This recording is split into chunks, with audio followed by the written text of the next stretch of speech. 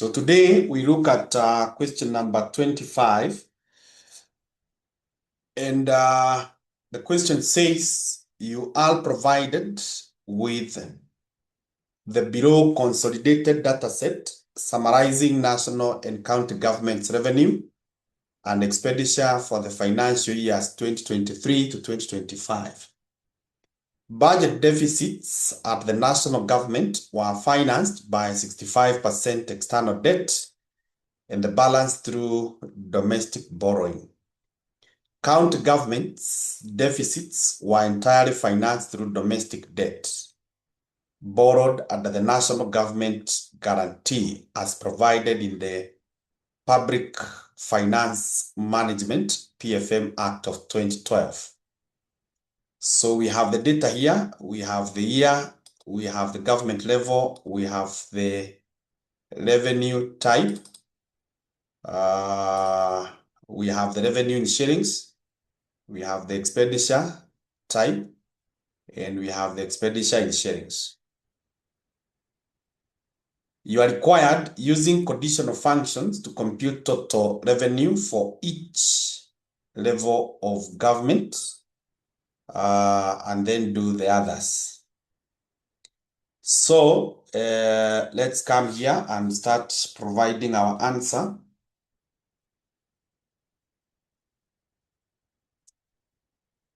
Now, when you look at this data, you can see there is the issue of merged cells here, these ones. And when you are in regression, I told you, you should avoid dealing with data that is merged, either in terms of rows or columns. Either in terms of rows or columns. Because Excel recognizes a column or a cell individually. So the first thing, let's copy this data. Let's copy the way it is. Just copy. Then you come and paste it here.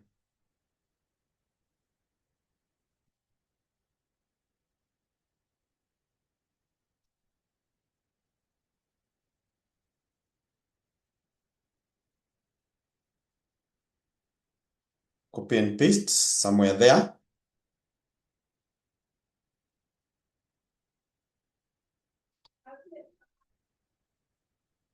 I want us now to remove the merge. So you just click here, this one. You click there. Then you click this button for the merge so that we undo the merge.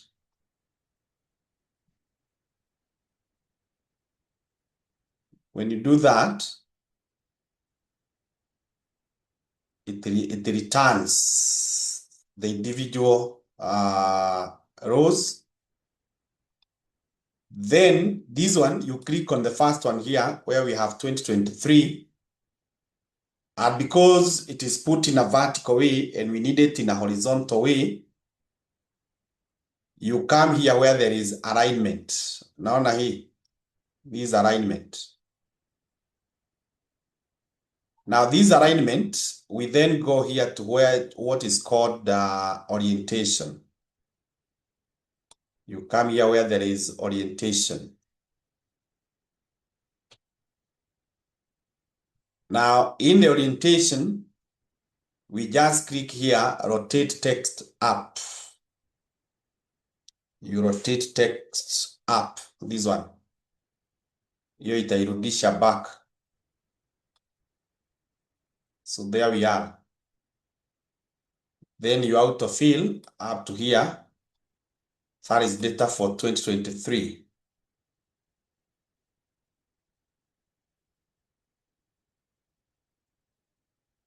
That's data for 2023.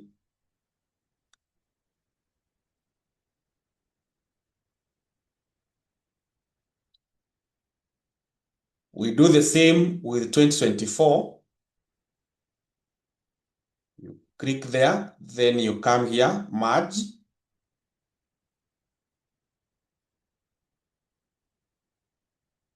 When you go to merge, click this one now. Then you click here, orientation, text up, that way.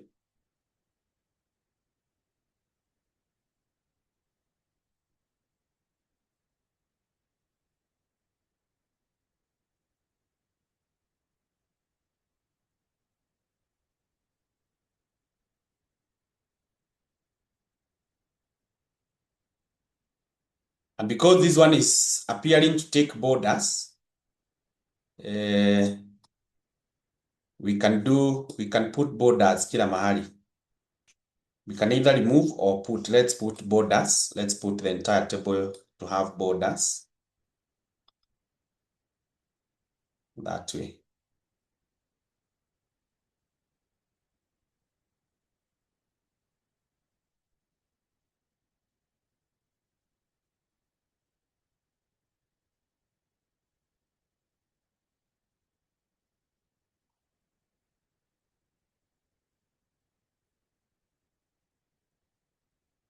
So I believe we are good there.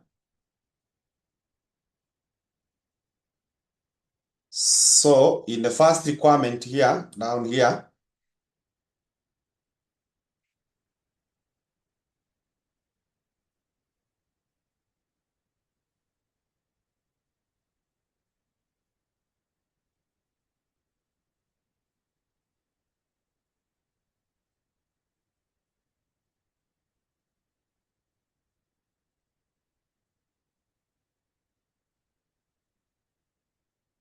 so you're told to compute total revenue for each level of government.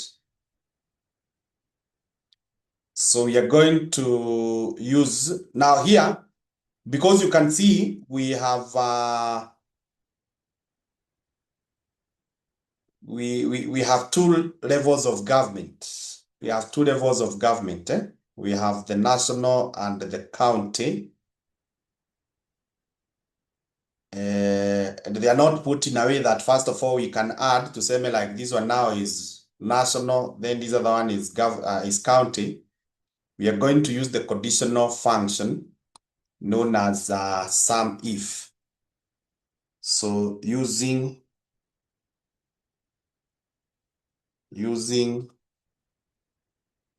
sum if function. Using sum if function,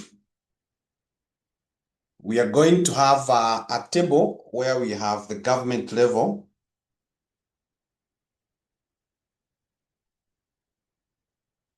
And then we have revenue, or we just call it total revenue. Total revenue. Now we have national, and we have county. You could even do the total, the grand total.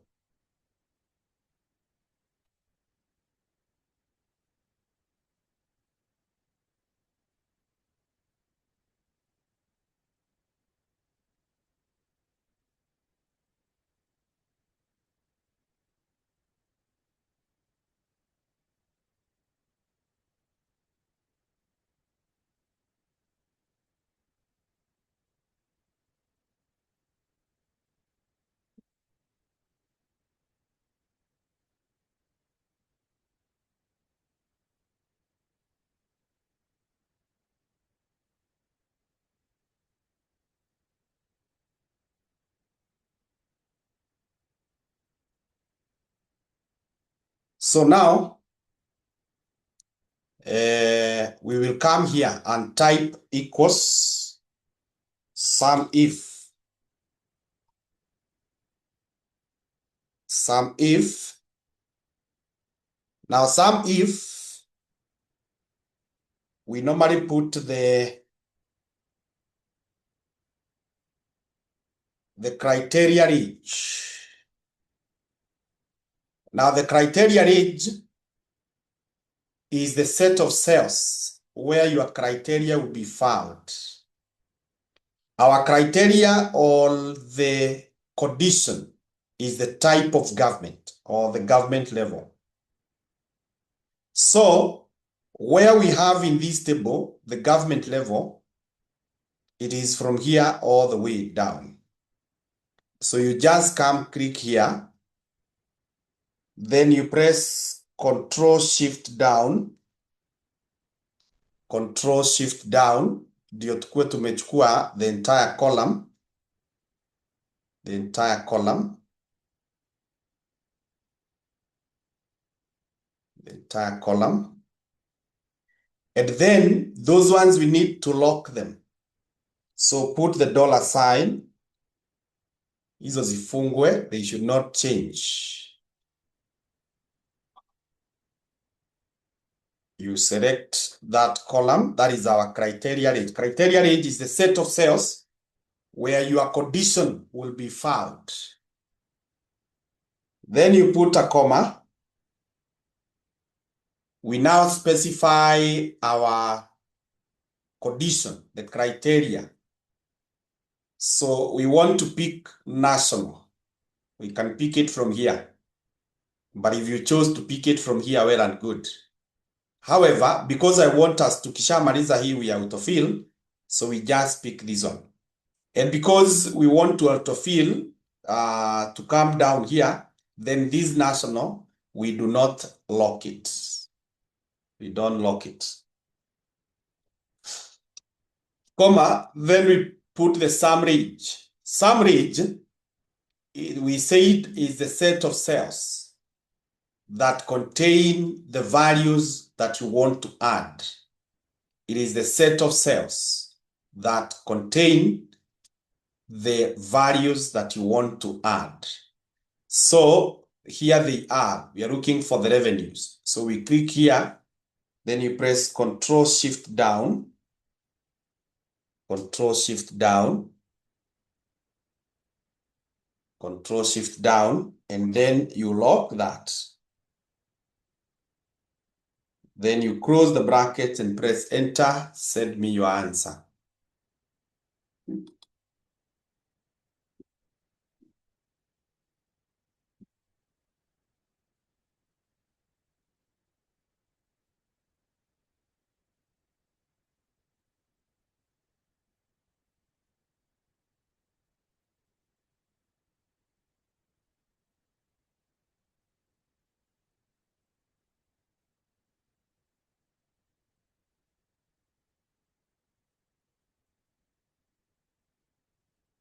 Send me your answer.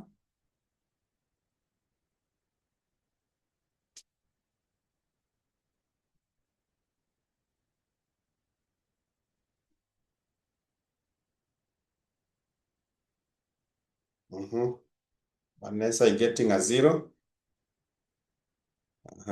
Matei.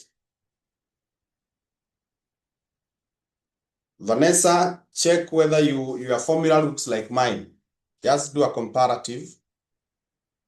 Whether you have selected all this from where we have the national, Karok. Then you have selected this one, national. Yeah. Check and tell me what you can see is missing. Or you tell me whether you have rectified. I have the others.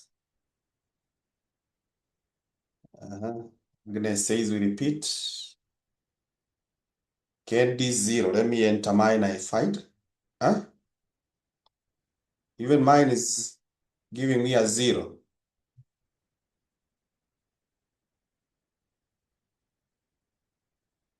And it was sum if. Okay. Why? Let's repeat. So we are saying you type sum if.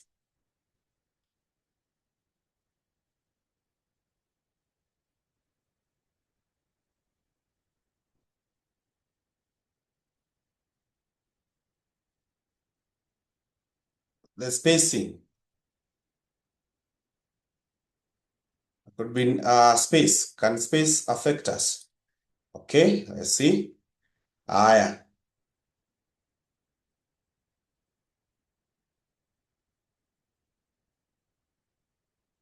Okay, sawa. We shall check that. Haya, so for those who have said we repeat, we are saying we are using the sum if, and the first thing is to put the criteria range.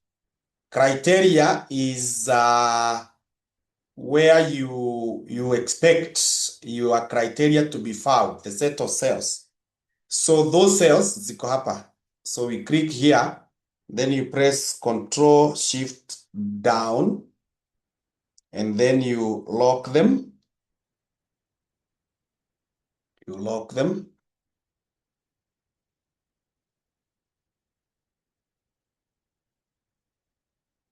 Then you put a comma. Then we specify the criteria. The criteria. That one we are not locking. We are not locking. Then we put the sum range. Sum range is here. Control Shift down. Then you lock them. Close the brackets, press enter, we get a 0. So let's check the space. So you just click here.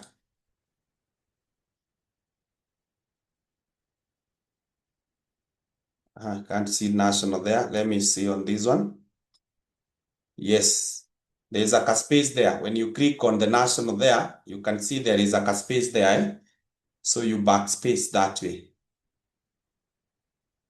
Let me see. You backspace.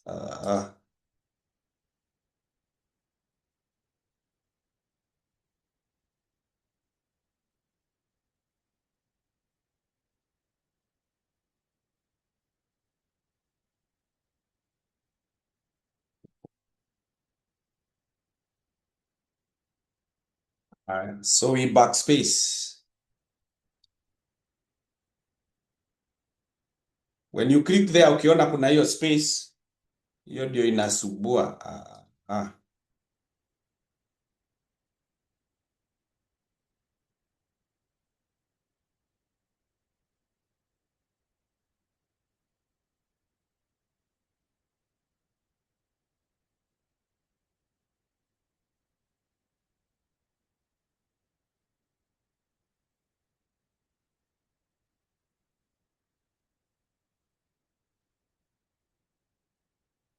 Yeah, that is also an alternative to add the space, but we are already done.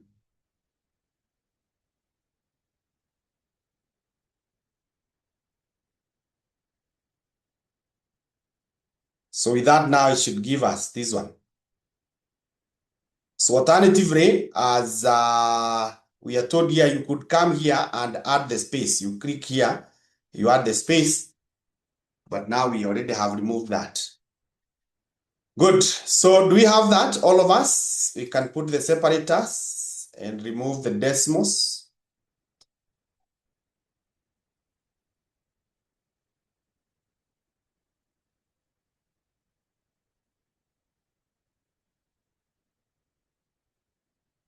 Then autofill and tell me the county. You are getting what for county?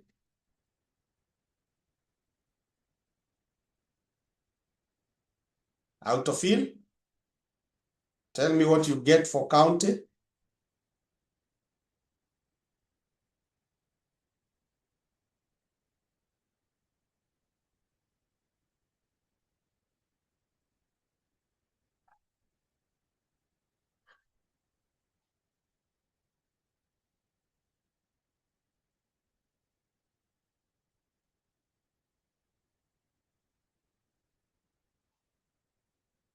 Are you able to get that? You just autofill, it should give you this. Okay. Then you add Alt plus. Though they never required this.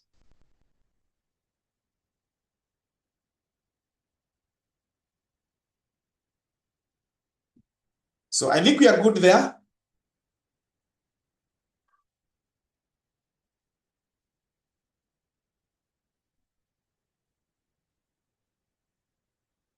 Yes, Kedi.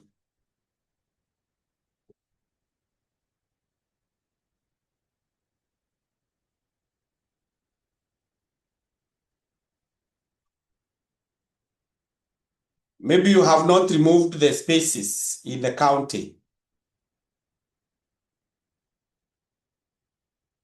You have not removed the spaces. You see the way I have done it manually.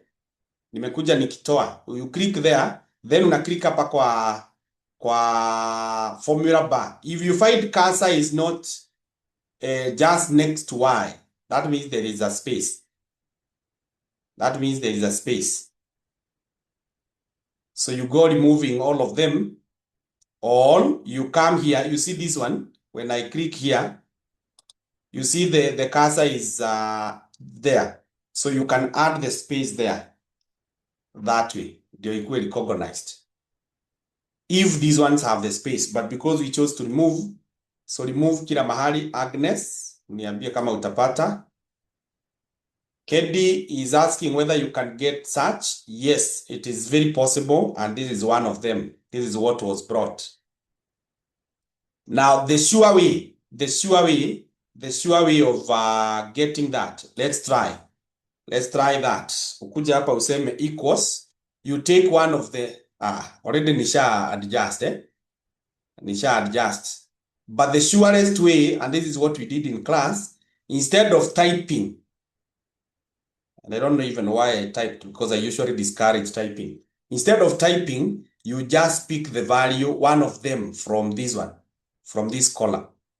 And I think I said that earlier. Yeah. Instead of typing, so that you don't get a different format, you just pick one of the values. Because ukiangalia hiyo process nimefuata, that is only manageable for a small set of data. You can imagine if you have like 1,000 values. Hiyo huwezi. Ama utaweza, but after taking a lot of time. Yeah. So the surest way is to pick one of the cells. Yeah, so that you are able to run with the format of the examiner. Good. Agnes, are you sorted now?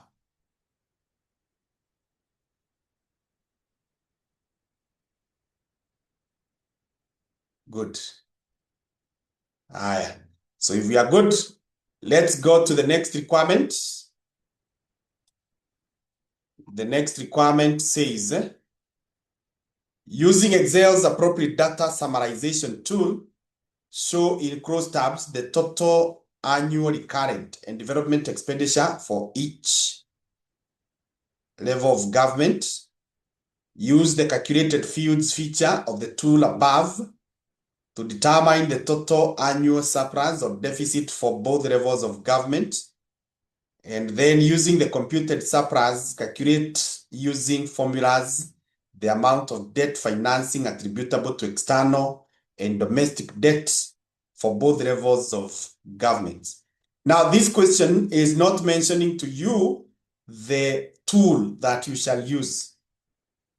So from the studies that we have done, which one do you think would be the better or would be the best summarization tool to use?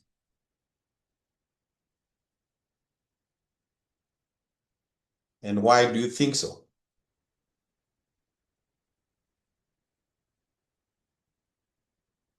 Which one do you think would be the best tool?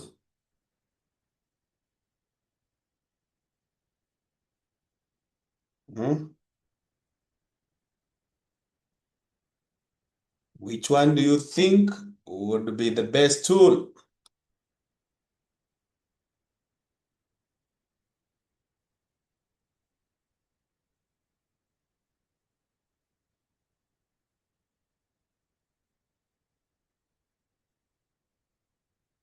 Yes, why do you think pivot table?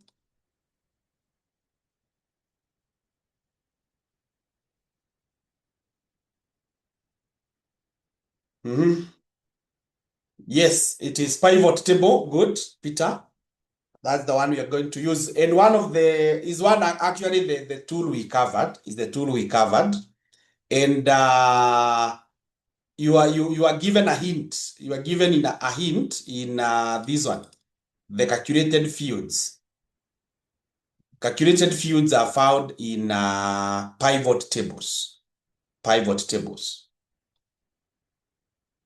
Now, in this case, this is what we shall do. This is what we shall do.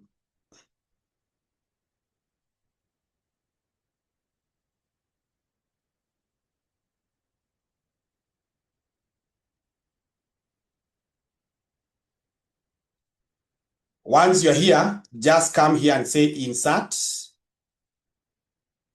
Insert. Click insert. Pivot table. Pivot table. Now for this data range, this table range, I want us to select this data. Naona kuanzia hapa. Easy. Hii uichague hivi all the way up to here. Ndio ingie hapo. Uchukue hiyo table the way it is.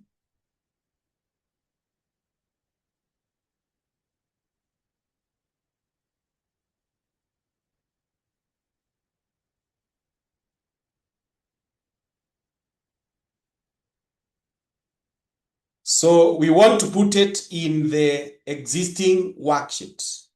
So tutembee hapa chini tuangalie where we are going to put it. Where we are going to put it.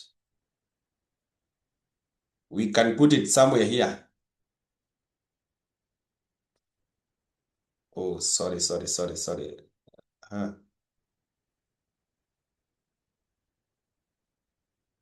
That one. Kama nimeharibu hiyo. Let me repick my data again. Let me repick my data again.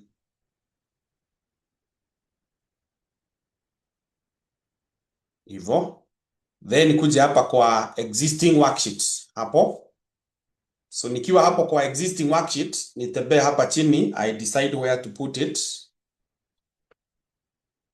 I decide where to put it. I can put it there or even here, wherever I want.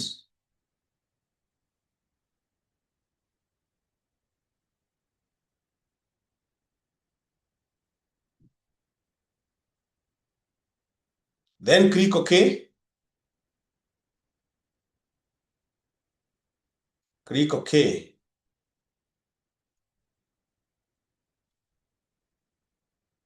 And there you are.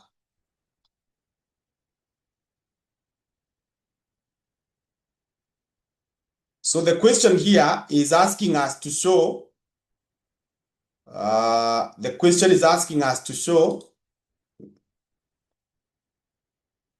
in cross tabs, total annual recurrent and development expenditure for each level of government. For each level of government.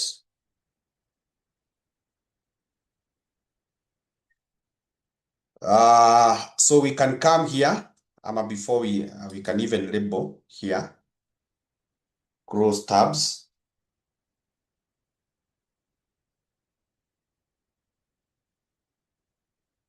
You click anywhere within.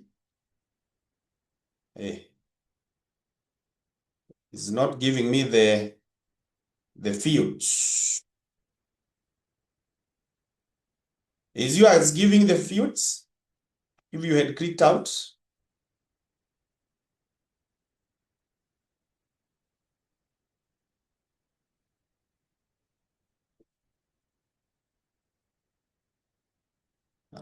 Mine is not. So what I'll do, ikisumbua, you just delete it.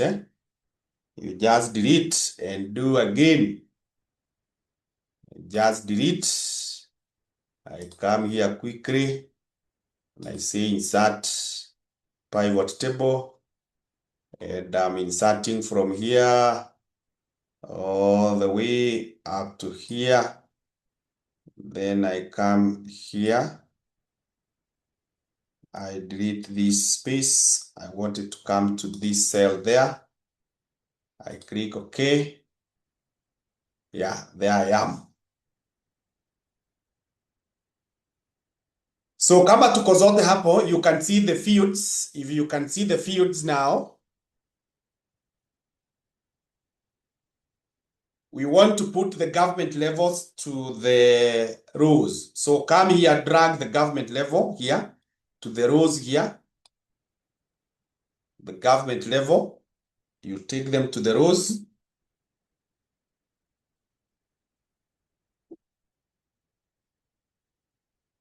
You drag the years to columns here, the years to columns that way.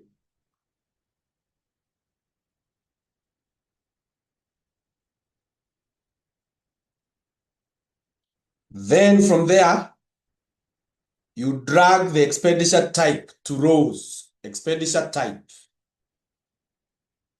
We let the hapa kwa rows so that now we are able to see the development, the recurrent,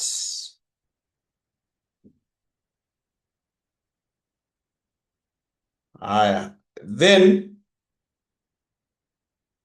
from there, you bring the expenditure because you are told to show the expenditure. So the expenditure in shillings, you bring it to values hapa. Ndio inakuonyesha that those amounts.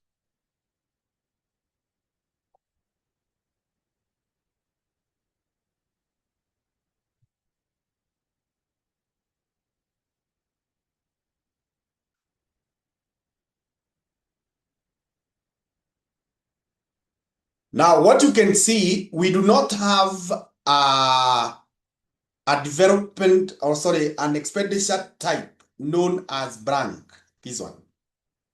Now, this is coming about because if you look at our original data here,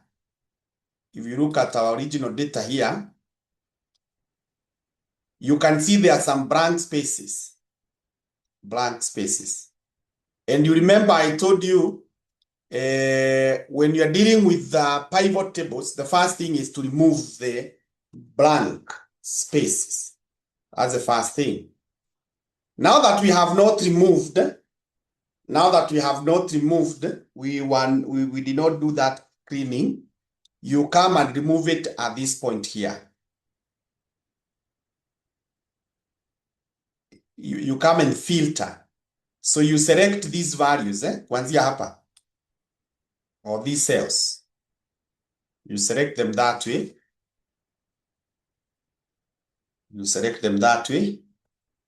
When you select, you come here to the filter.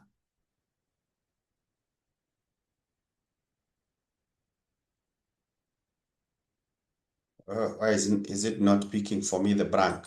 I need to pick, or I select from here.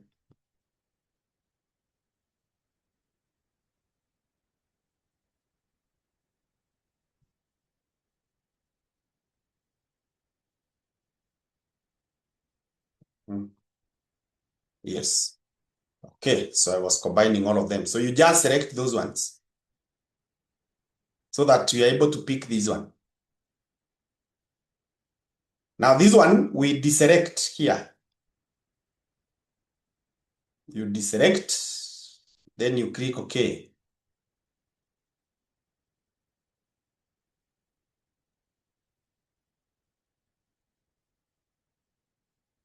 That way.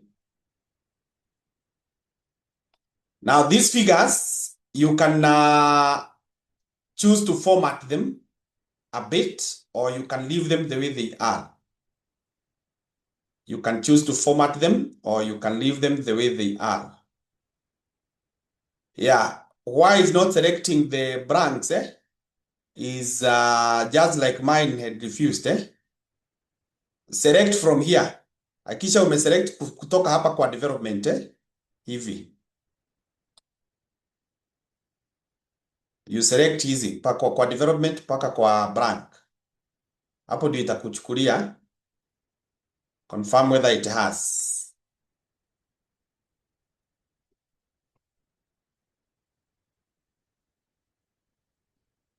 Yeah, good. So it's only picking when you pick from here the development. Okay, good. So I was saying that this data, you can choose to format it. So you can just highlight, you right click, you come to format cells. In case you need it, not a must, not a must. Mahali tumefika hiyo imetosha. Mahali tumefika hiyo imetosha. But in case you want to make it a little bit visible, you can format cells. And I just want to add decimals. I just want to add decimals. So I come here and I say the number with, I use separator. Sorry, I wanted to use the separator. I don't want decimals, so I remove them. Then I say, okay. And there I am.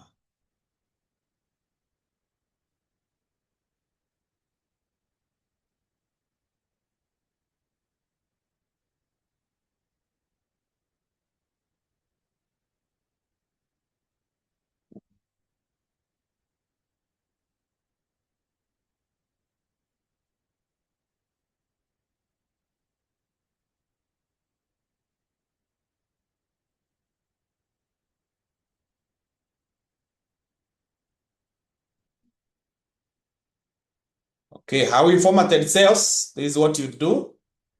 You just select these cells, Hizi zote. Select all of them. The ones that have values, then you right click, Right click. When you right click, ukuje hapa kumeandikwa format cells. Go to where it's written format cells. You click on that. You click on format cells. Then you click on number. And for the decimals, for the decimal places, you go down to 0. Hakikisha hapa iko 0. Hakikisha iko 0. Then this one, use 1000 separator. You tick it. You tick. You tick. And then you click OK. So tell me whether you are there. Good. Hi. So I think we are good there. Let's go to part 2. Equals, they want us to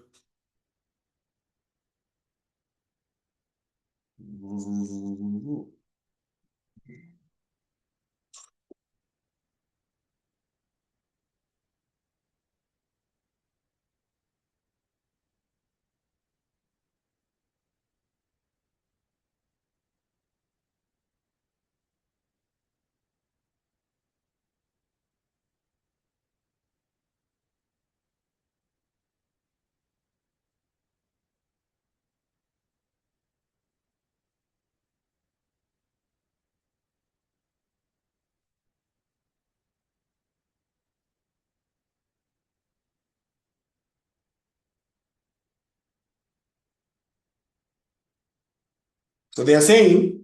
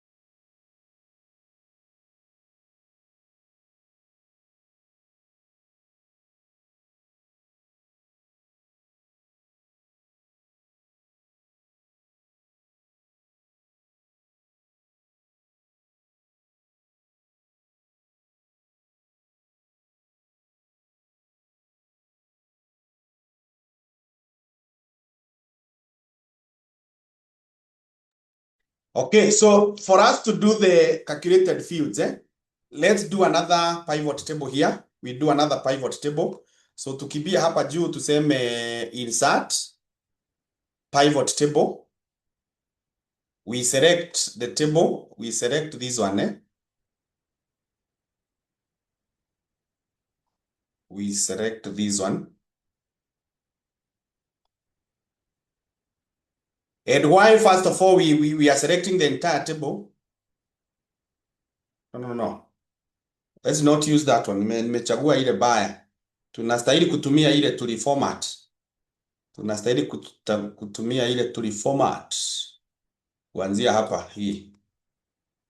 So I was saying why we are chaguaing here is because this data we did not do cleaning and we did not convert it to tables. If we did, you remember we were just clicking inside there and then you insert.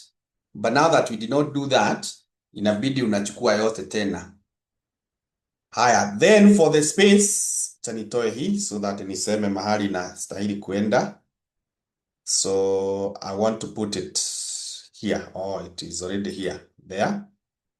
Then I see okay. I see okay there.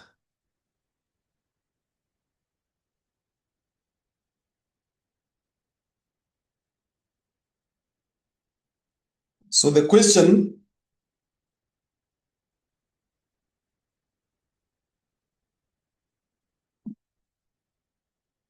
wants us to use the calculated fields.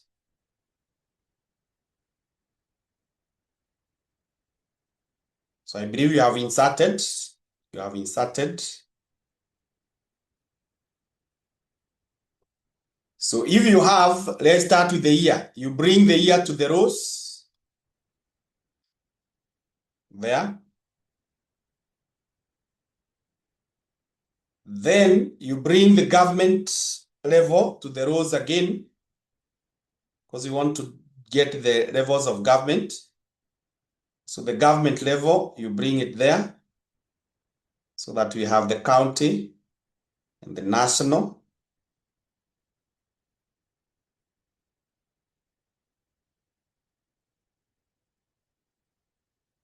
You take the revenue to the values. The revenue in shillings. There. And then the expenditure. There.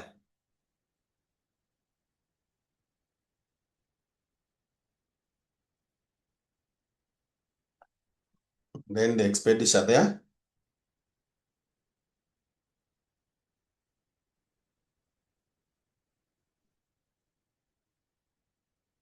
So for us to use the calculated field, you click anywhere inside the pivot table. That's what we said. Then unaenda hapa kwa pivot table analyze. Huku juu pivot table analyze. Last time tulitumia sana hii ya pivot chart. So now we want to use, you go to this one that is written fields, items, and sets. Fields, items, and sets. You go to fields, items, and sets, and you click on this drop down here. Click on the drop down there.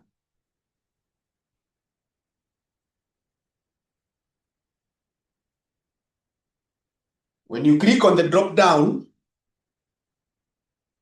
you click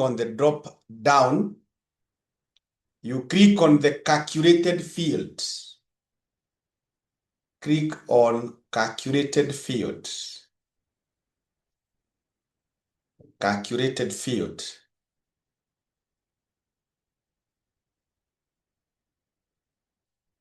Now they are telling us we compute the surplus or the deficit. So that will be the name of the field, the name of the column. So in the field or in the space for the field, we just write surplus stroke into brackets deficit, because the deficit should be negative. So that is the name of the field that we are introducing, surplus stroke deficit, and the deficit we put it in brackets. Then we click here in the field for the formula. In the field for the formula. And when you do that, you remove the 0. Then you double click on revenue. This revenue here, hii iko hapa. You double click on it there.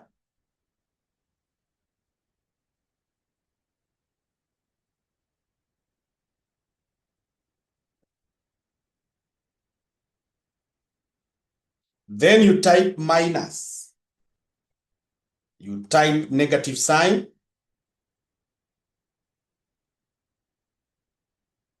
You type negative sign. Double click on expenditure. You can click add or you can click OK, whichever you want.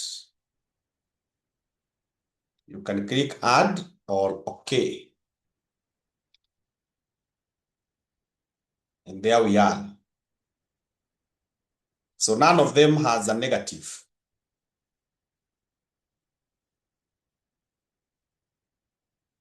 All of them are positives.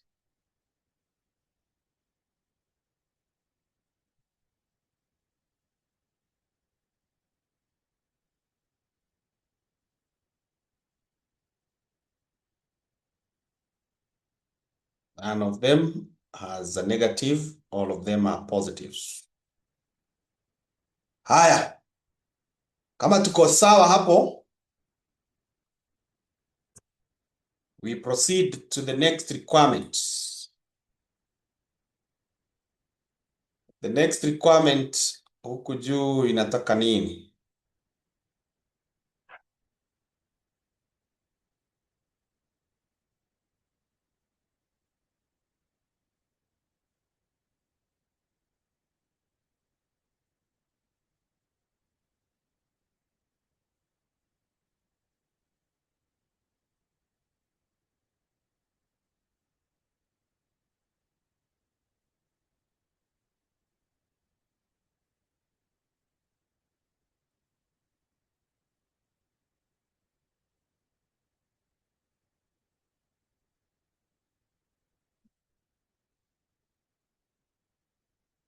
Oh, these values I can also format them. Can also format them. Format cells.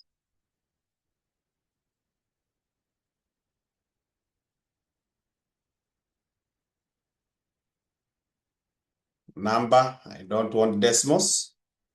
I want a separator. Yeah, at least they look nice that way.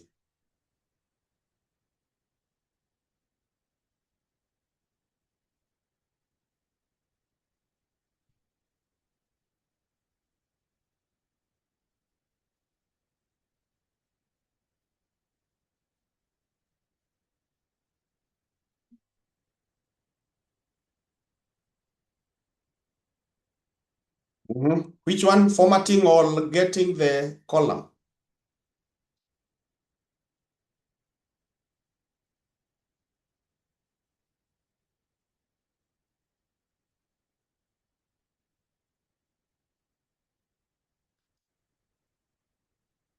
Which part?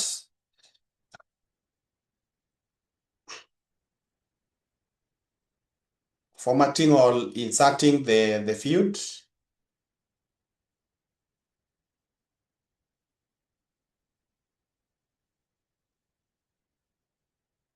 Or before formatting?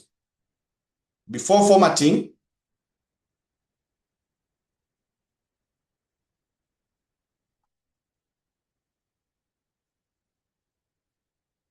sorry.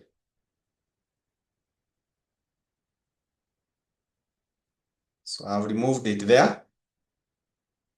So this is where we are. Ukasema hivi, you click anywhere inside the table here. You click anywhere inside. Unakuja hapa kwa pivot table analyze. Hapa juu pivot table analyze. Pivot table analyze. Then fields, items, and sets. You click that drop down. When you click that drop down, you click this one, calculated field. Calculated field. Inakuletea hii. So you type the name of the field. So tumesema this one, we are calling it surplus, stroke into brackets, deficit, stroke into brackets, deficit. Then we come here.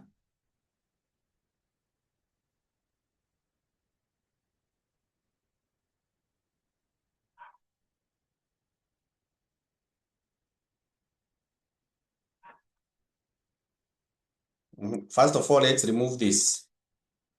Let's delete this, insert it there, then we delete it first. We delete the one that we had put.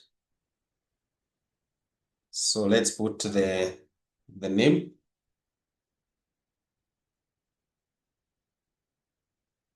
Surplus.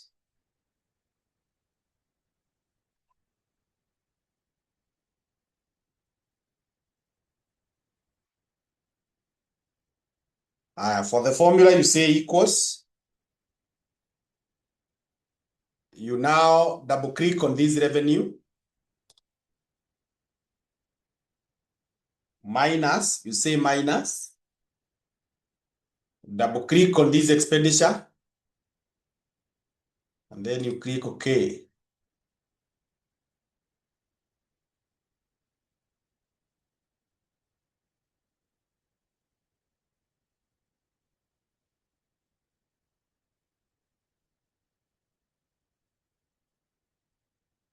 Good. Karibu.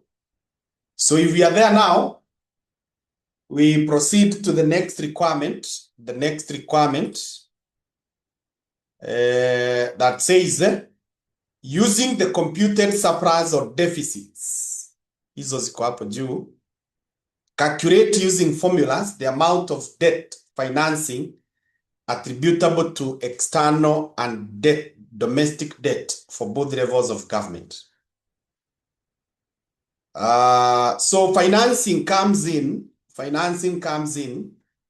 when we have negatives. But as at now, you can see now here we do not have any negatives, so we do not require any financing. However, we need to develop a formula because there is a day that we may require financing, and that is what they want us to do. So we are going to do a table. We are going to do a table that will have several columns. We will have, let me call it amount of debt.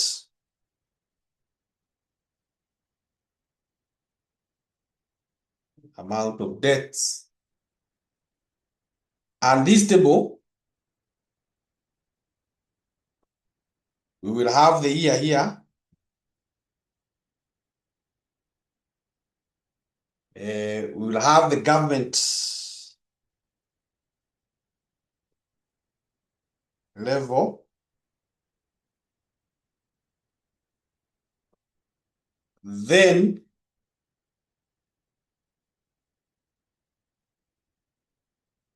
we will have the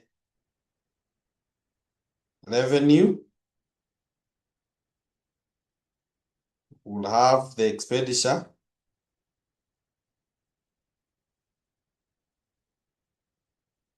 We'll have the surplus. Stroke brackets deficit.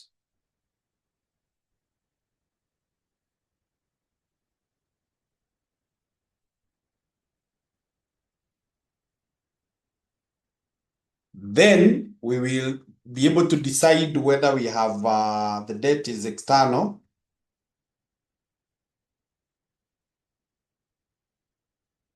or is domestic.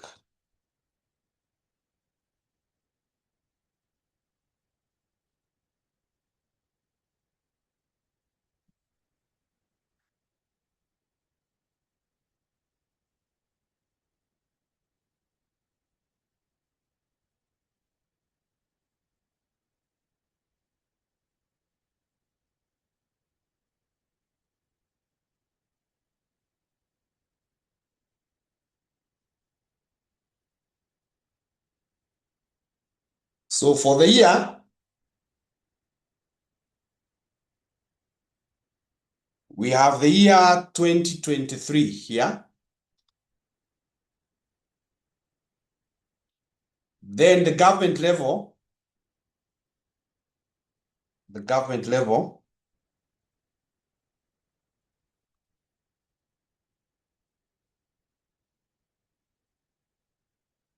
we have county and national. So we start with this one. Then we enter this. Then this one equals this. Then we go to 2024.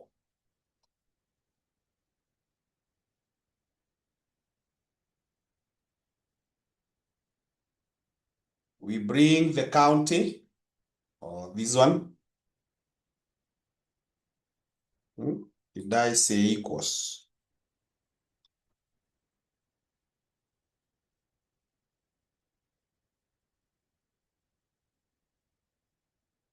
$2025.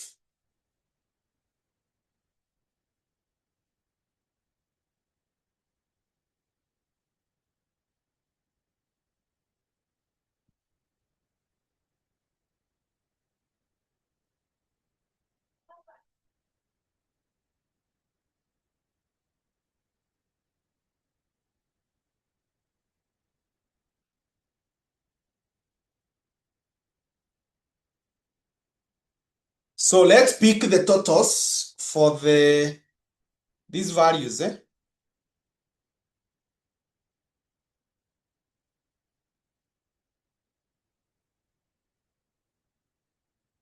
For the county, in 2023, we have this one.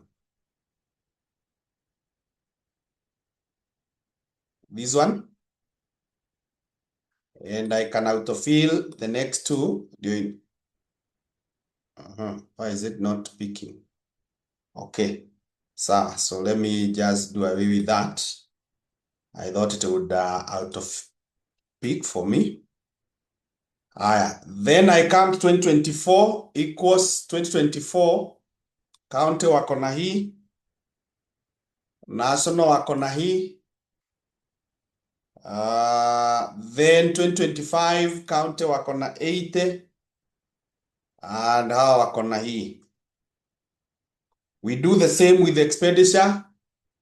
2023, we have this one. Then this one. 2024, that one. For the national, 2025.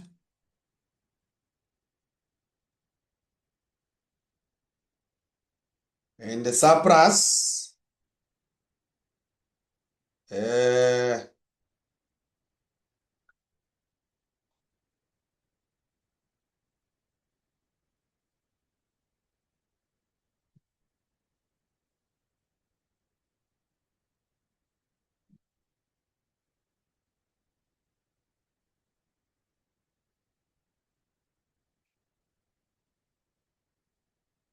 So there we are.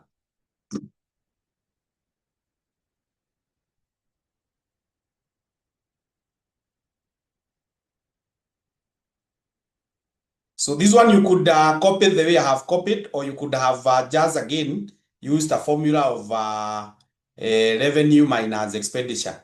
Either would still work.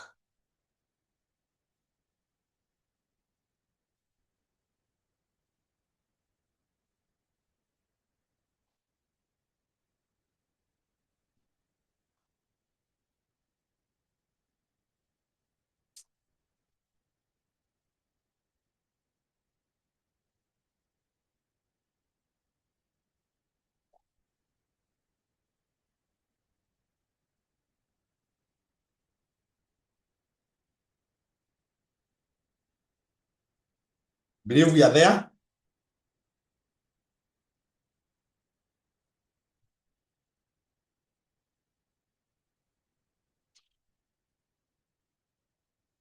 So if we are,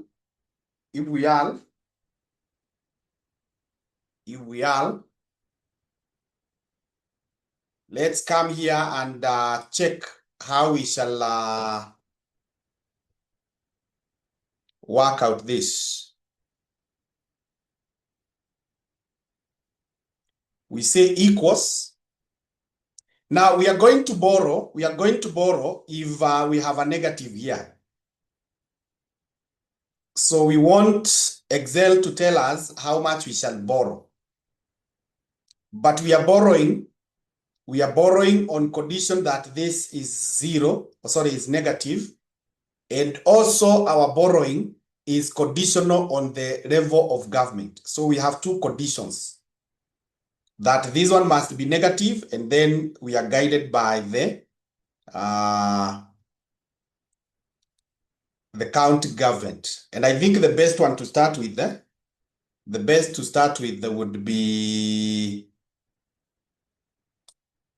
national. Let's rearrange this. Hebu select hapa hivi.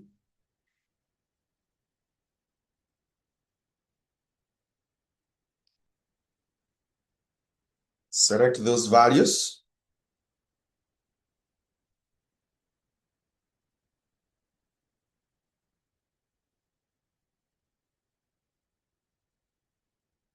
We come to sort.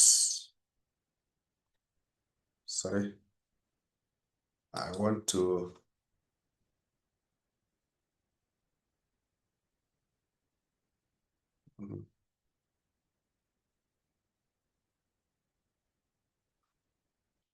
sort.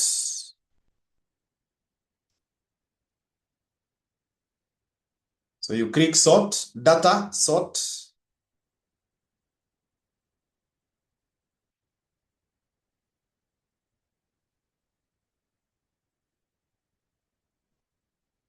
So it's asking you whether you expand or we just say continue with that.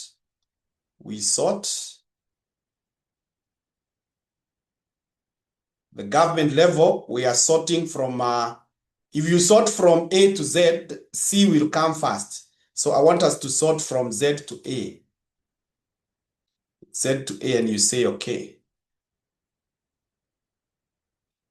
That's not working. I want us to sort. Why is it not?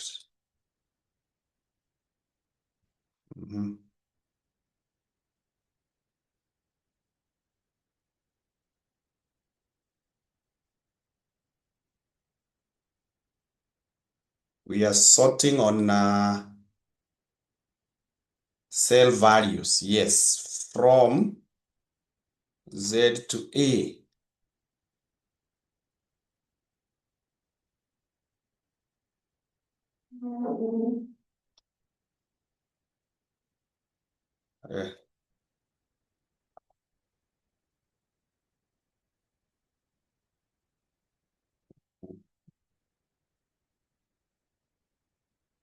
It seems that is not going to help me. Then we can still continue. Let's continue without it, without it being sorted.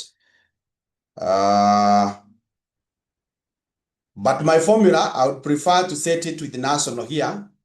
National. Let's start with this one for national here. We say equals. Equals.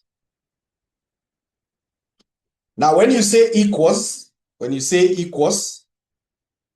you first of all type if. If.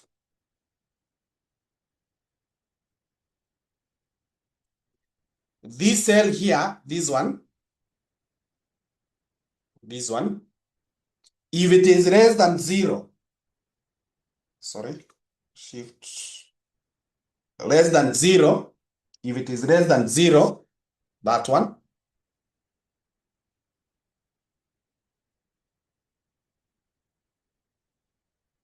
comma, that is the first condition.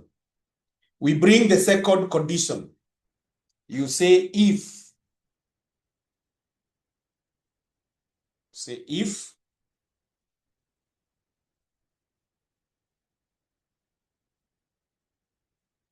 The second condition is the government level. So I come here and I take national. This one. This cell.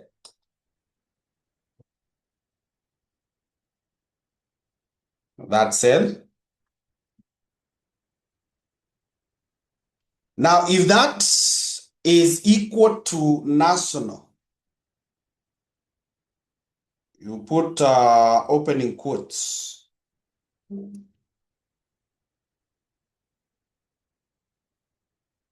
National, close the quotes.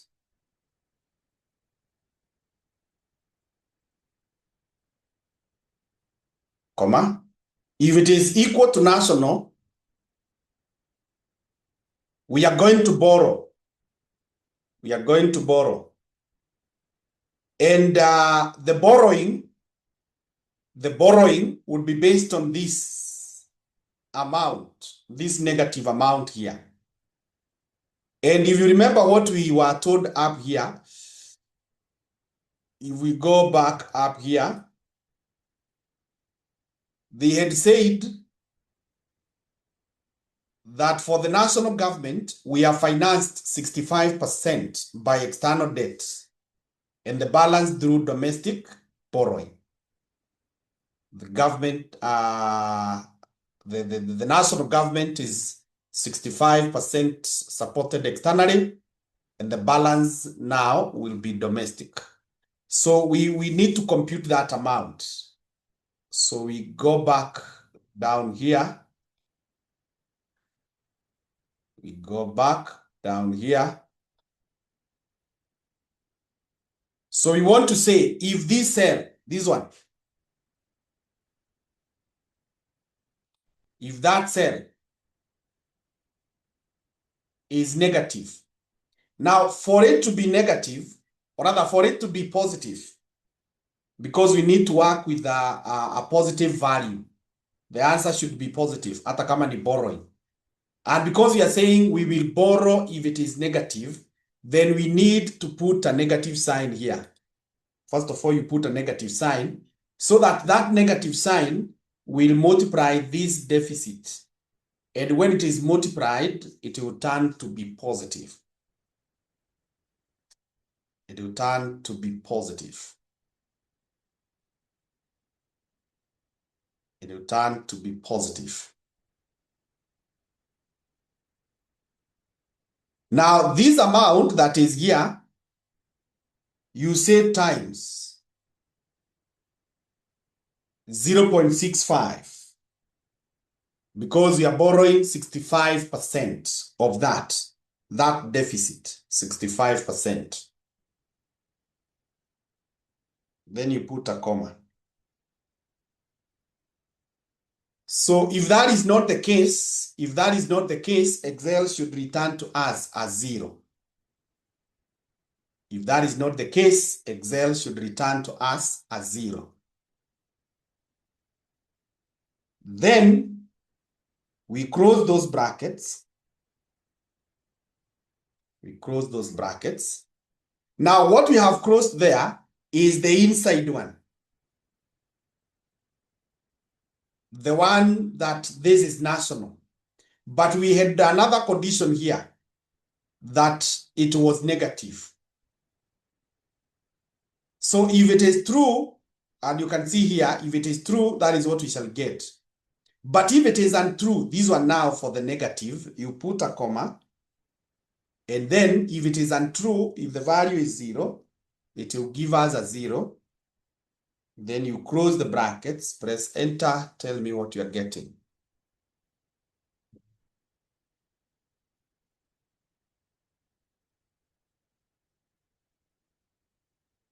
Press enter, tell me what you're getting.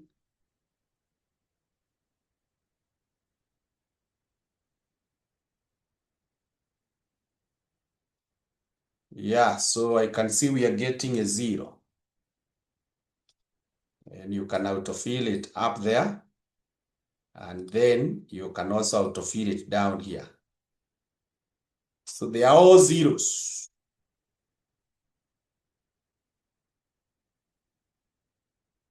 Why they are zeros is because either it is not national or it is not negative. And you can see none of them here is negative. That's why they are coming to 0.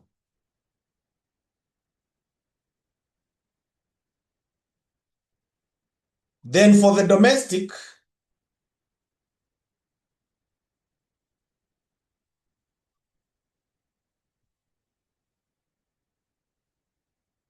now domestic is the 35%, ile imebaki.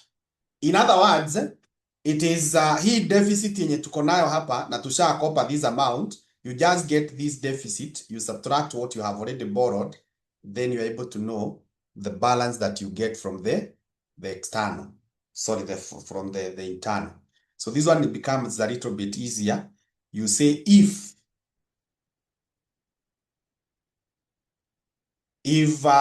this deficit here is negative, that is less than 0.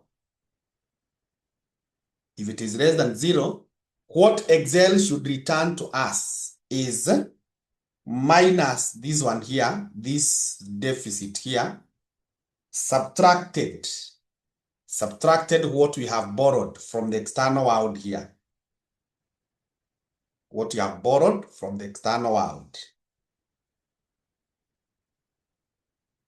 That's what it should return. Otherwise, kama haiko negative, it should give us a 0. If it is not negative, it should give us a 0. And you have a 0.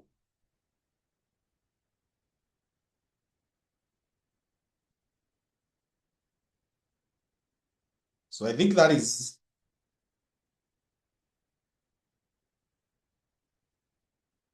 what was expected.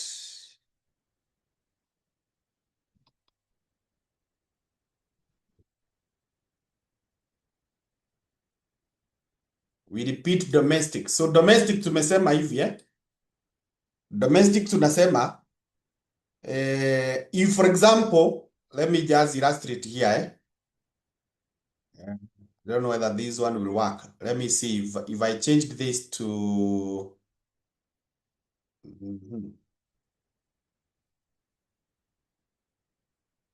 negative 300,000. Let me see whether it will agree now that it was borrowed somewhere. Yes. Good. Alafu, let me change this one to niseme tuko na negative 580,000 or 58 million. 1, 2, 3. Yeah. And then these ones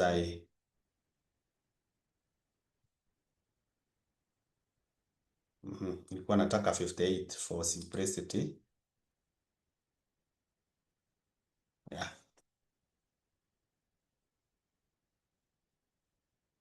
So I think it may distort my formulas. Higher. So this is what we have said. If we have a negative here, Excel will give us, or we are borrowing 65% of this negative. 65%. So 65% of this ndio hii. Now for the domestic tukasema hapa it should be equal to, if this cell here is a negative, if this cell is a negative, and negative means it is less than 0. That way, less than 0, then the amount we shall borrow from the external, not the external, the domestic, from the domestic, will be the difference between our deficit and what we have borrowed externally. And because we want our answers to come out here as positive, we first of all say negative here. We take this value here, we minus what we have borrowed externally. What we have borrowed externally, that is what should give us. If that is not true, it should return to us 0. It should return to us 0. Now you see, this one for this level here, this government level, it is county, and county, they are not borrowing externally. They are not borrowing externally. That's why this deficit that I have just created, they will not borrow anything externally, but the whole of it will be borrowed domestically.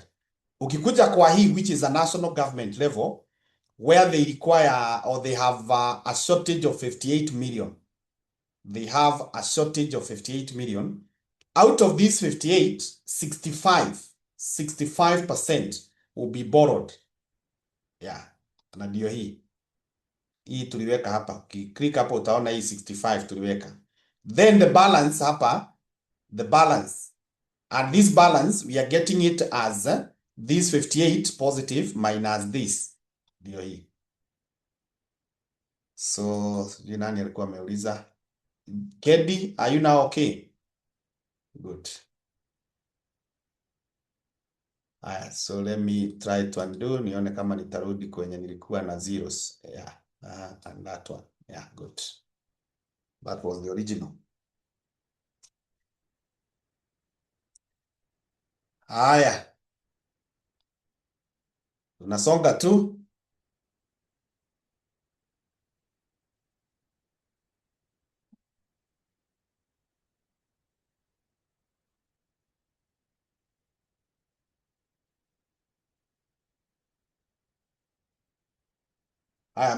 Making sure, hii tumemaliza. Making sure to show your working data, use appropriate graphs and charts to create a clustered column chart showing expenditure composition for national and county government. The expenditure composition. So composition is simply a makeup of what is government, what is national, and what is county. And also the various categories. So we are going to come here.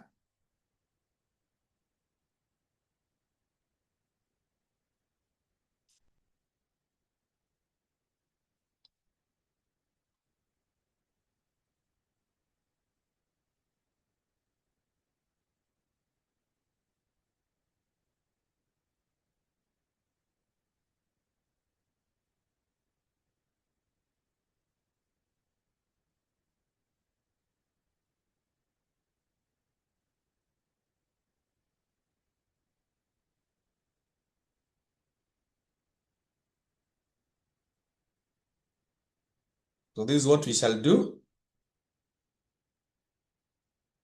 The cluster or the table.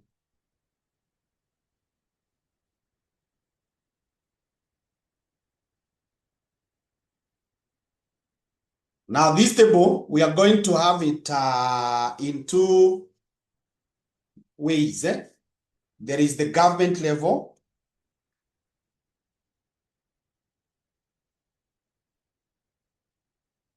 And the government level, we have the national and we have the county. Then we have the expenditure type. We have recurrent.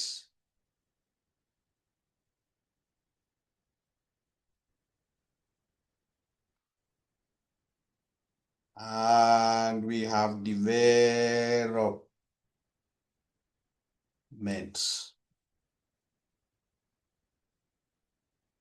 So here we shall use, because we have two conditions, tuko na hii ya government level na hii ya anaitwa nani, the type of expenditure,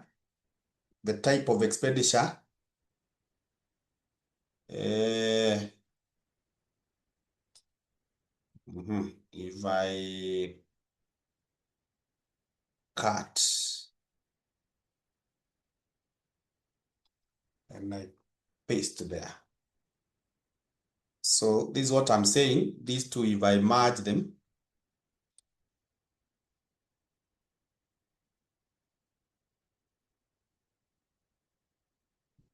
this one I cut it from there. Ikuje hapa. Where the merged cells. So I want to merge. Hiyo ni national. Then sasa hii pana hapa, these two expenditure type.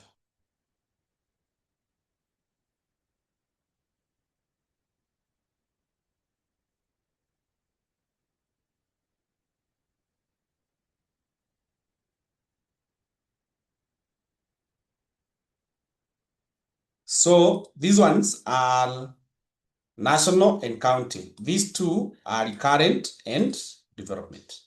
So in our clustered table, we are then going to say we use the sum ifs.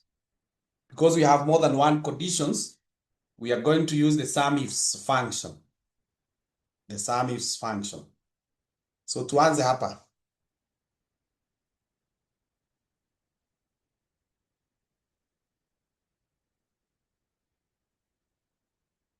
Shaanza hapo, you say equals, you type sum ifs. This one. So sum range, this one tulisema huwa inaanza na sum range. Sum range is what you want to add. The values that you want to add. So tutaenda tu kwa ile table ya kwanza, ile tuliformat. Ile tuliformat hii. Tunataka kuadd hizi expenditures. Rudi hapa. Hizi. So these are sum range. So you click here, then you press Control Shift down.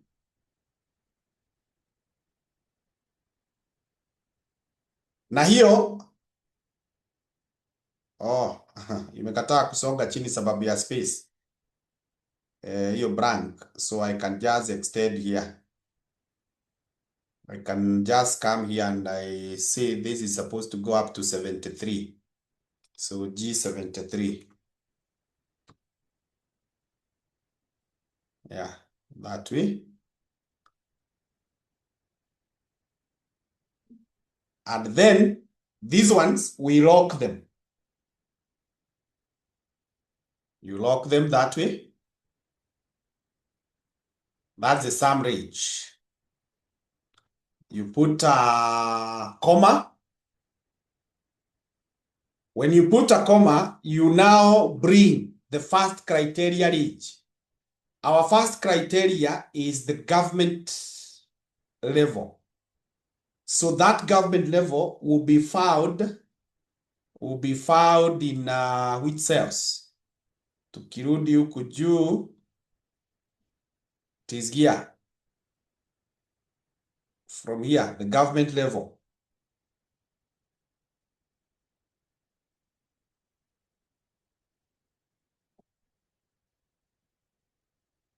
So you press Control Shift down. And then you lock that.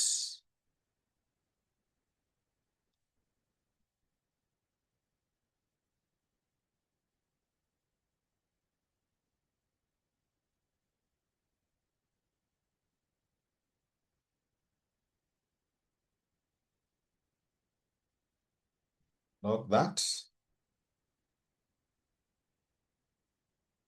Then it is now asking for criteria 1. So criteria 1, we take this national.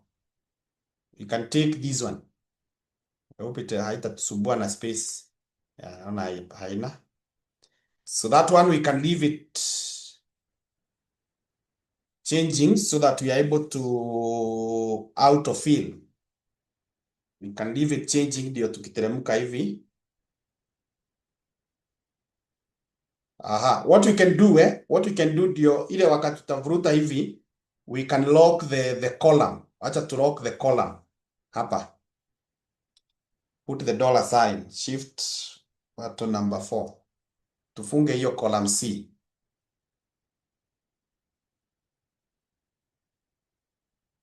Funge hiyo column C. Ndio wakati tutavuruta haitasubua. Then you put a comma. Tumeitishwa now the criteria range 2. Criteria range 2 is where we have the expenditure. So where we have the expenditure, tusonge huku juu, the expenditure type ndio hii. So I click here, control shift down. Alafu sasa hiyo tunaifunga. Hiyo tunaifunga. Tukishafunga, unaweka koma. Unaweka koma. Now he's asking us for criteria. So ile criteria, tunataka recurrent. This one. And these ones are tight. Zinaweza sumbua.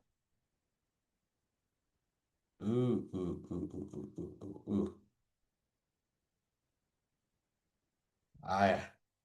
Acha niweke tu. Tatoa space kama itakuwa nayo. Aya. So that one I want to lock who? I want to lock the row. Ndio nikiteremuka hivi isisonge. So nitafunga this row. So 125 ifungwe.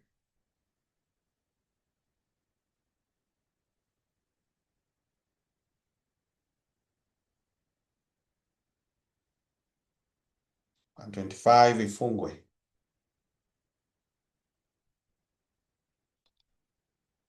So we have put the criteria range for the second criteria and the criteria. So I think we are done. So close the brackets and then you press enter. Give me the amount. Press enter. Tell me what you're getting.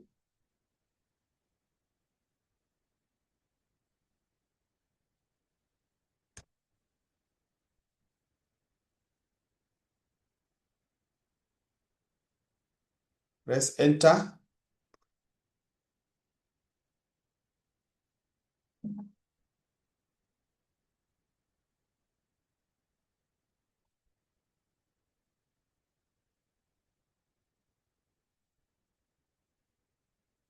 Inaleta error. So inakaa hizi zilikuwa na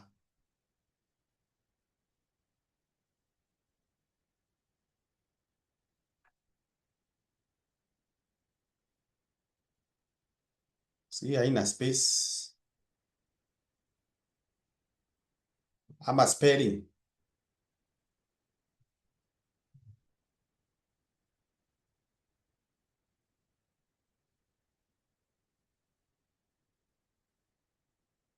So spelling iko sawa hapa.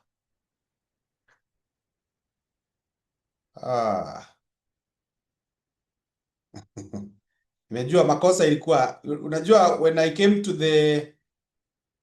came to select the expenditure type, nilichukua hapa revenue type badala ya hii. Sasa itabidi nimerudi hapa, nilichukua hii ya taxes nilichukua hii ya taxes. So and this is so I click here. So hiyo yenye nilichukua ya taxes ni hii. So nitoe hii.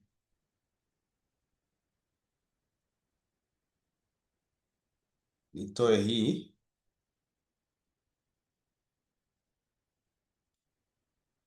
Nirudi huku juu kwa expenditure type hapa. Shift control down. Inakataa kusonga hapo sababu ya hiyo space, so nitateremka hivi nione imefika wapi. Imefika kwa 73, so nifanye manually hapa 73, and then I lock that. Even this one I need to lock.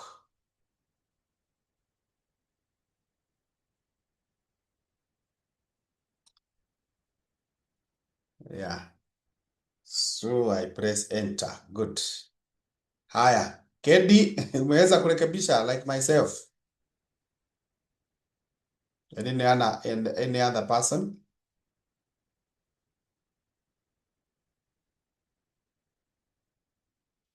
Let's redo it again. Let's redo. Tuseme equals some ifs. Some ifs. Some ifs. Some ifs. Some range. Some range is what we want to add. We are adding these expenditures. So tukuje hapa hizi expenditures, we click here, then shift down.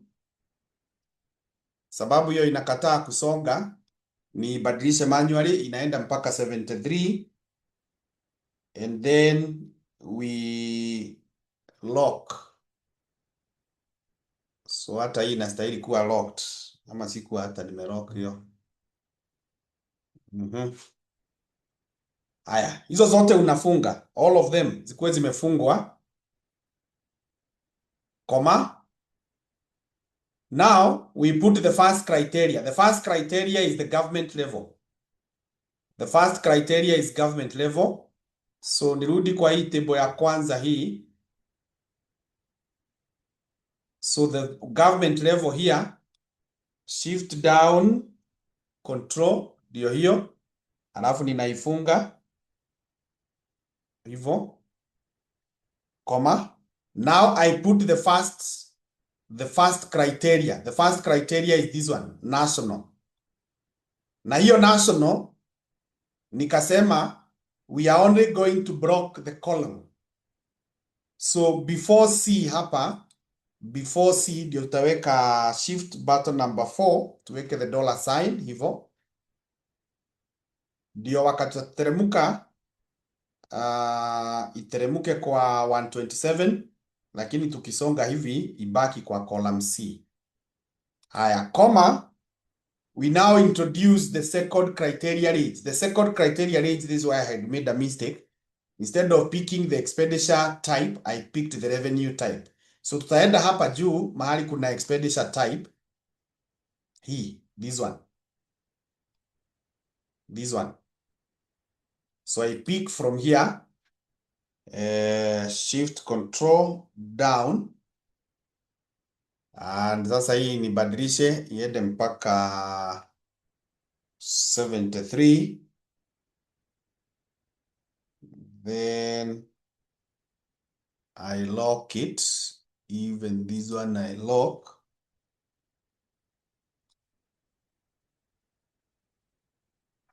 Then I now bring the type of the expenditure. The type of the expenditure, that is the recurrent, this one. Na hii recurrent, I will only block. Nita block the row. The row is the one that I need to lock. So before 125, I put shift and button number 4. Then I close the brackets. Are you there now, Anne Joy?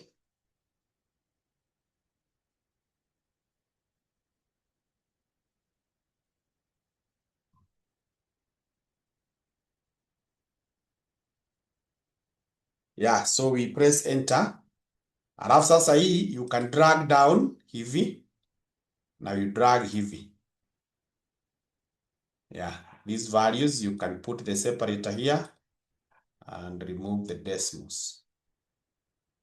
Aya, sasa they are telling us we show a graph.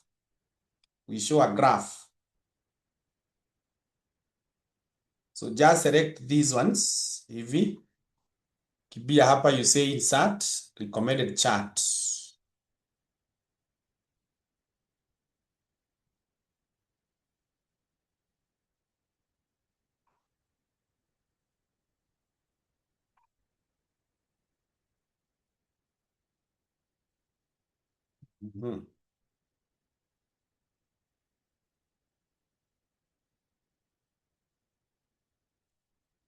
I think bar chart.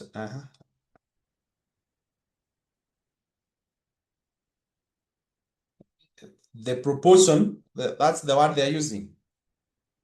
Let's use the pie chart. I think the pie chart will be better because column kama haikai vizuri.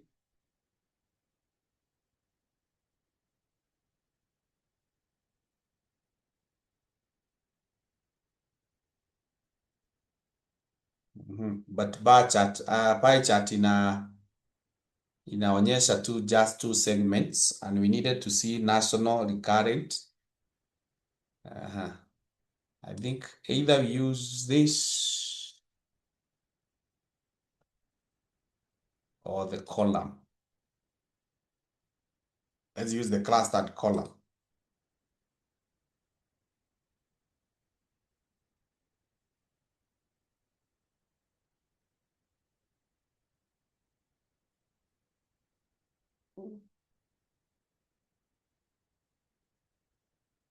Yeah.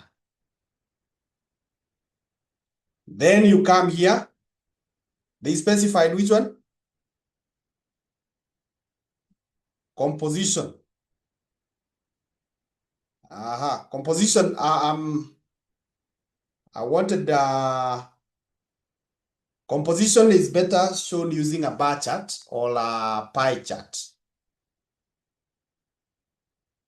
So I can then do away with this. And then I insert. I recommended. I come here to all charts. I come to now pie chart. You see pie chart inatupea only two. I'm not able to see the national and the county. So then let's go to bar chart.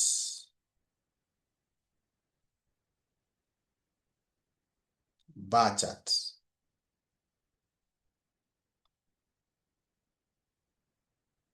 And even this bar chart, even this bar chart, we could look at whether there is the column chart, the column bar chart, or the seagull. We call them the seagulls. In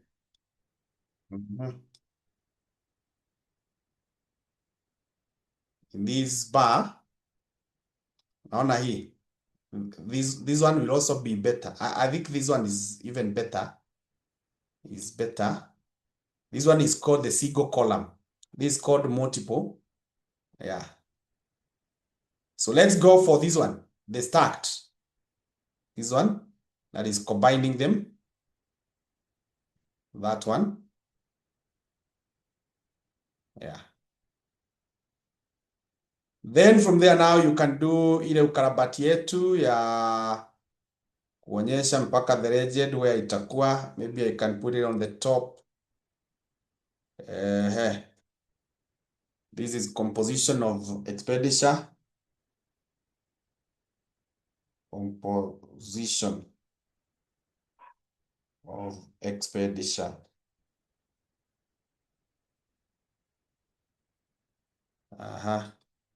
This is type.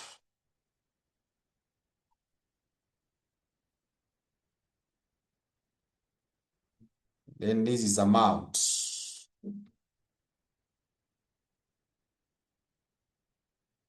So I think we are good there.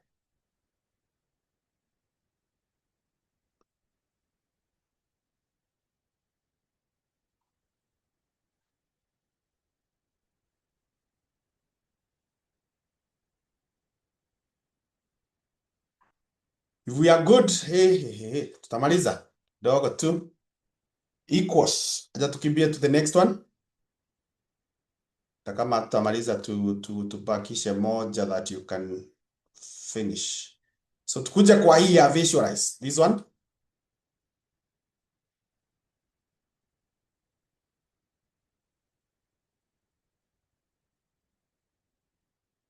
So hii nayo wanataka what do they want?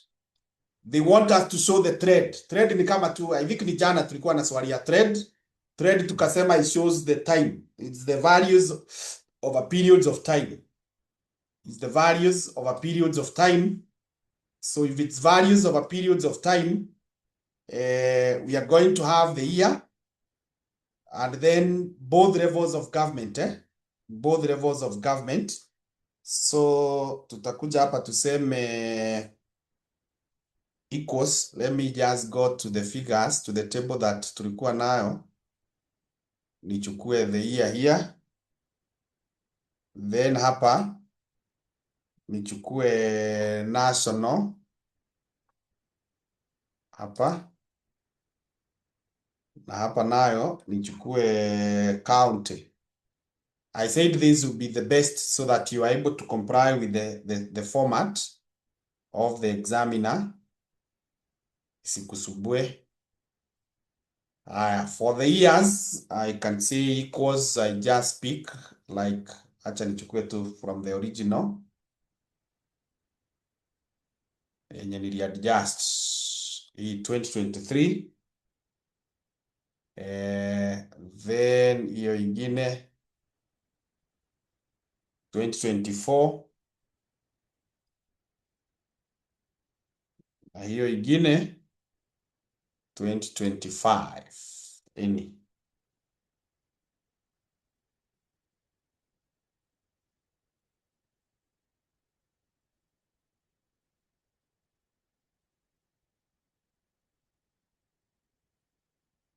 So even this one, because we are using the year and we are using the year and the national government, this is also a case of, let me insert here.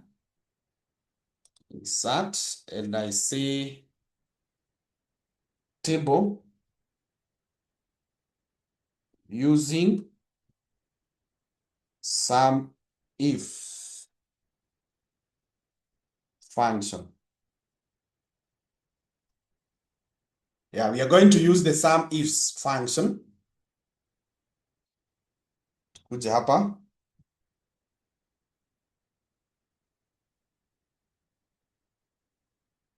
Sema equals sum ifs. The sum range. They want us to get the deficits. The deficits for both levels. So the deficits tuko nazo hapa ndio hizi. So tutabidi tumechukua hapa. So this is what we are adding. So I click here, press shift control down. Alafu sasa hizo we lock.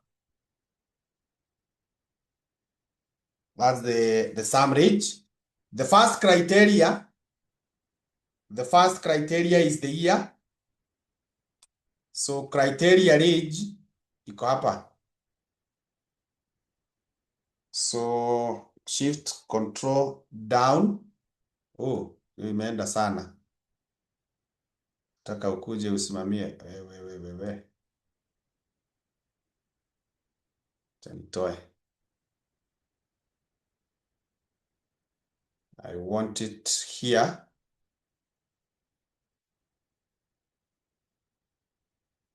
Inanipeleka kwa 123 and I want to stop at 120. Hapo. Alafu sasa hiyo bado tunaifunga F4.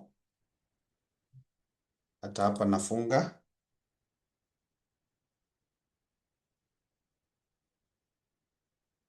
Then I put the first criteria. The first criteria is 2023 here. Na hii 2023, what I shall lock is the column. So B niifunge, B niifunge, funge B. Nikishafunga B, I put comma. Then I bring the second criteria range. The second criteria range. The second criteria range now, I want the national, the type of government here. Shift control down. Na hiyo ifungwe. Comma.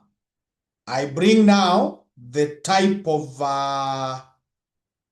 government that I want. I can take these. Na hiyo, I will block the row. So before 144, shift button number 4. And then with that now, I close the brackets, press enter. Press enter, give me the answer.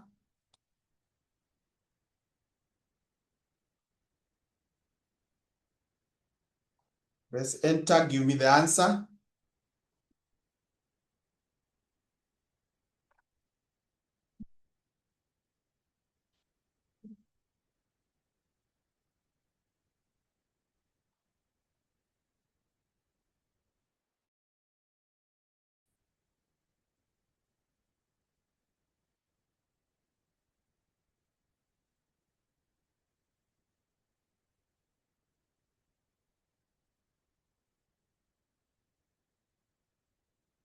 Enter, give me the answer.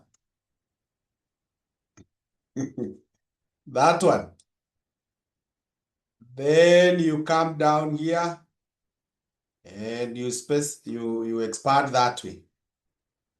Anyone lost?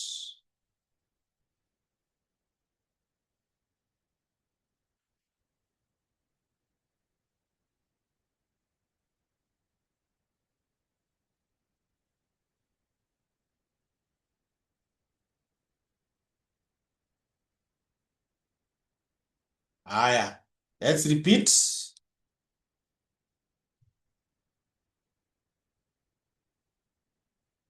Let's repeat. We want to use the sum ifs. Now, in the sum ifs, we have two conditions. One condition is the year. The other condition is the type of government. And we are summing the deficits or the surplus. So tukuja hapa useme equals, you type sum ifs. Sum ifs, this one, that way. Ukitype hivyo, inakuitisha sum range. Now, sum range, it is the set of cells where you have the values that you want to add. The values that you want to add. So tutakibia huku juu kwenye tulikuwa na table ilikuwa na surplus, ndio hii. So you click there,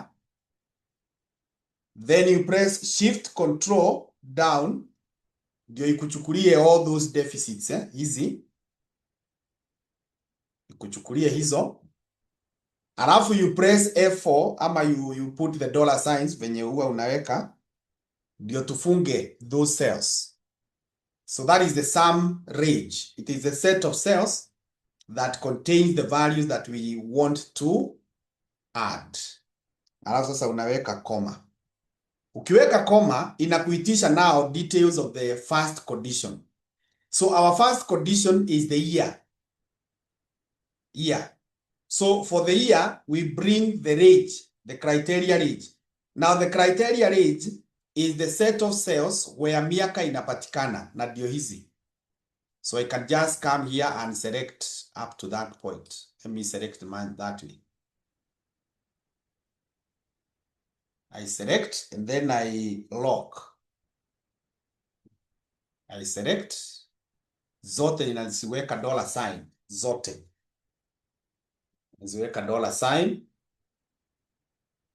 Sasa hiyo ni the set of cells where my first criteria will be found.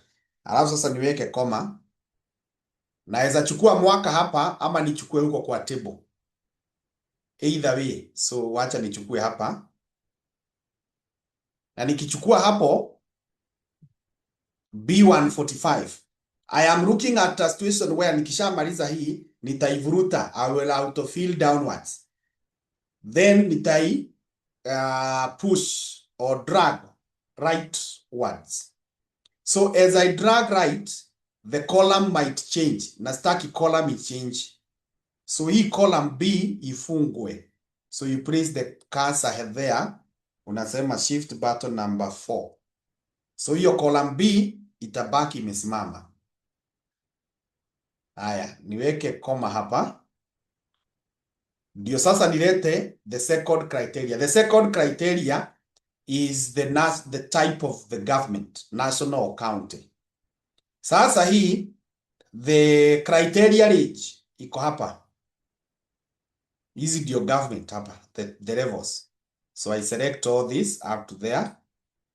Alafu tunafunga.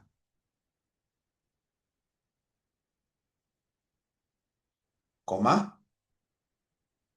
Sasa nilete the second criteria. The second criteria is the name of the government level. So I take this national.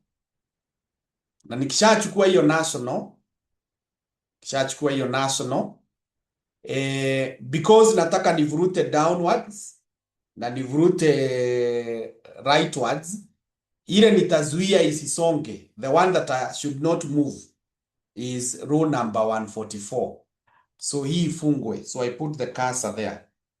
Then I press shift 4. And then I close the brackets. So Yvonne, are we there now?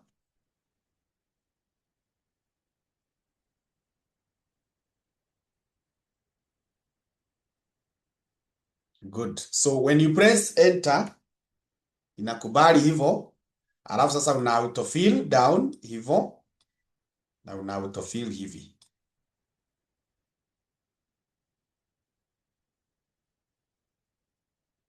Haya, quickly we select these values this way. We come here, say insert, recommended. So thread, we always use line. Thread, we should use line. Ndio hii. Thread is always used or is displayed using line. So chukua hii. Then you click OK. Alafu ilete hapa chini.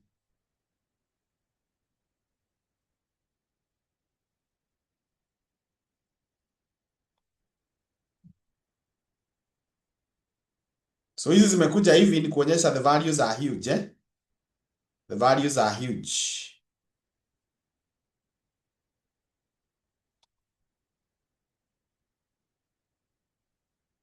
And the space available.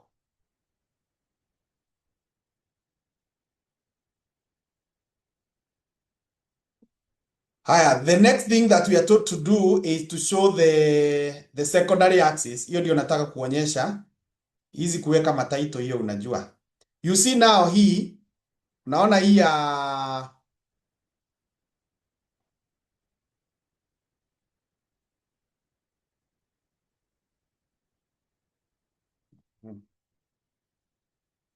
kwa nini nimechukua the years.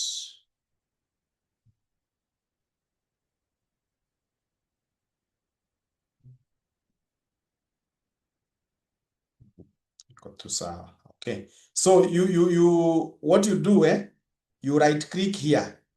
You right click this one. You right click.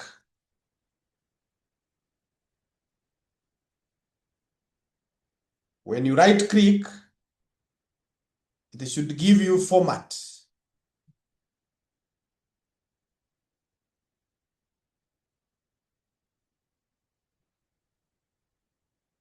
Why is it not giving us format? Is yours giving you format?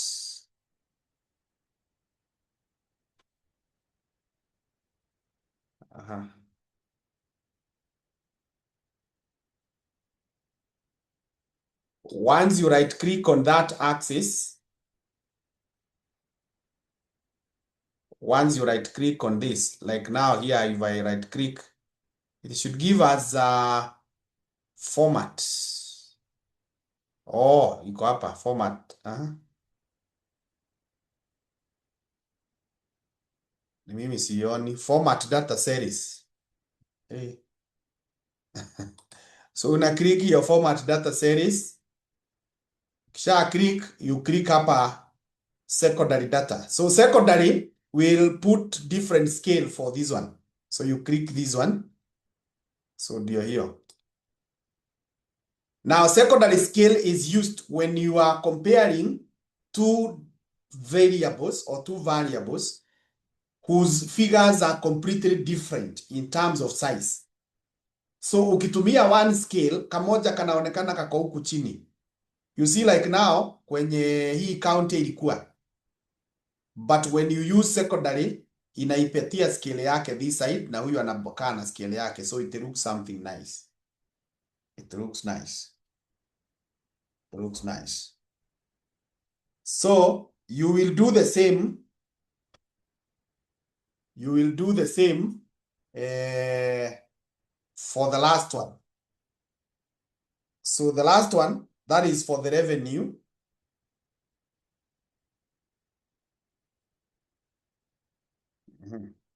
So this is what you shall do for the revenue. Utatengeneza the year here. We have the national. We have county. And then we have total revenue.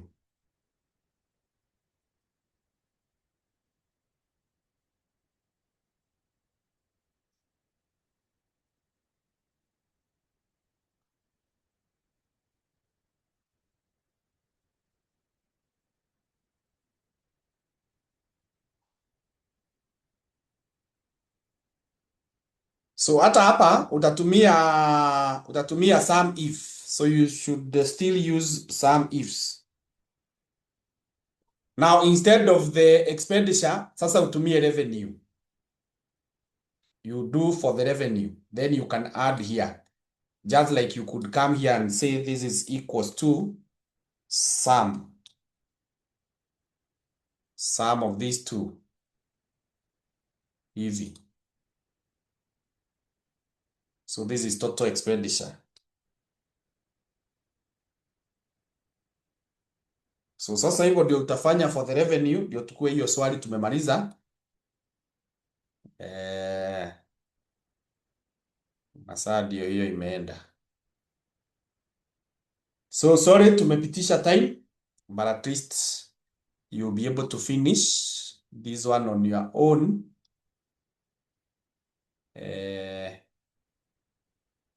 This one.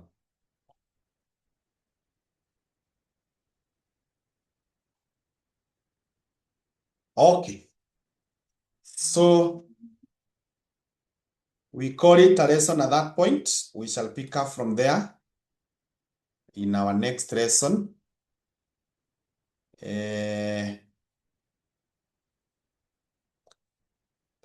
The lessons that I missed, I had begun sending you the series, I think, for August 2023.